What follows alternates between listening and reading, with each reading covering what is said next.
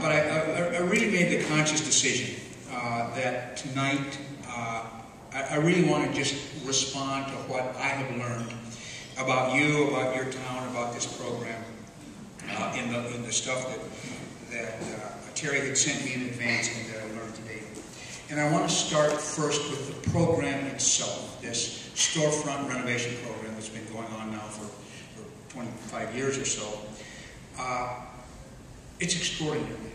I go to 100 towns a year, every size, every part of the country, and half the world. And I see lots of things that lots of people do, what they're trying to do, and what seems to be successful and what doesn't. And here's my conclusion about property owners. Most people want to do the right thing. Most people simply don't know what the right thing is. How do most of us know what that is? And one of the wonderful things about this particular program is that with the help of the city's Storefront program, they're helping people walk through, here's how you do it, and not just do it, but do it right. I've been in lots of cities that have facade programs that give some money to people to fix up the front of their buildings. Very frequently, they spend way more money than is necessary to do the wrong thing to the building because they're not given the guidance that's needed. And it's not the person's fault. How do we know that? We have to learn that. And the extension of that is I do lots of historic preservation work, and so I see lots of design guidelines and books and people. Most of them are written so architects can talk to architects. This here is written so human beings can read it and understand what's being required, being asked. And then they say, yeah, I understand that. And you absolutely see the reflection of that in these things on the board. Also, this program, and the reason I would suggest to you that it's successful is that it really is comprehensive. It's really saying, let's address the whole building. Let's not just do some little kind of paint the doorway stuff. Let's really address it so it makes a difference. Also, I have to say, and I don't know where, I know you're across the board politically from right to left, liberal, Democrat, and conservative, Republican, and everything in between. I happen to be in the side of whatever you want to call it that says we ought to stretch scarce public dollars as far as possible. And I want to tell you, this is a program that absolutely meets that test. And here's why, and I'm not picking on anybody, I'm just giving you two comparative examples. We have a $787 billion federal stimulus plan, absolutely necessary, important. It saved the whole world's economy from going to hell, so we had to have it. But just want you to know something. Every quarter, the White House puts up two numbers on the White House webpage.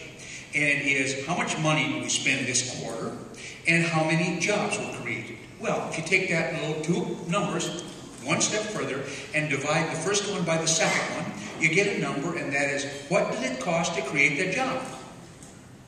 Anybody want to guess what the last quarter's numbers are?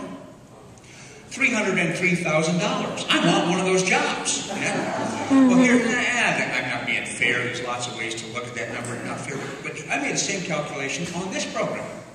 And you know what the jobs created on the cost of the taxpayers of the city of Cleveland? $17,000. 1/5, 1/20th of what the stimulus was. That is being frugal with taxpayers' money.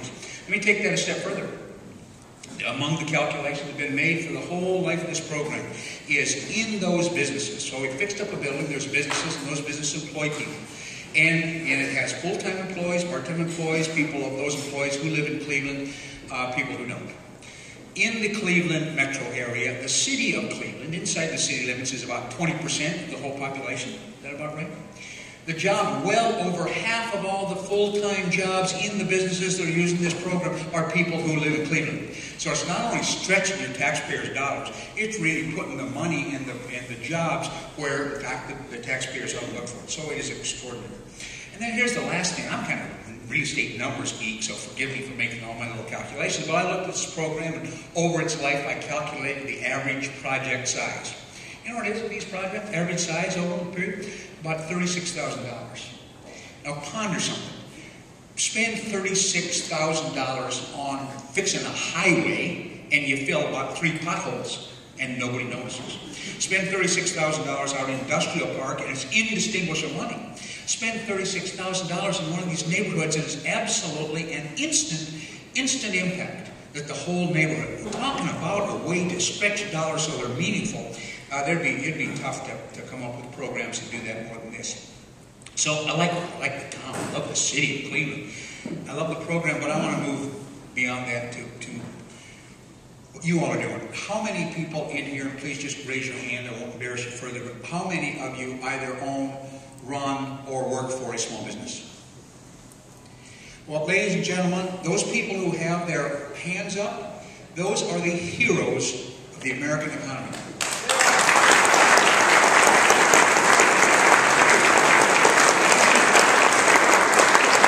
And in this economic chaos that we've been going through for 24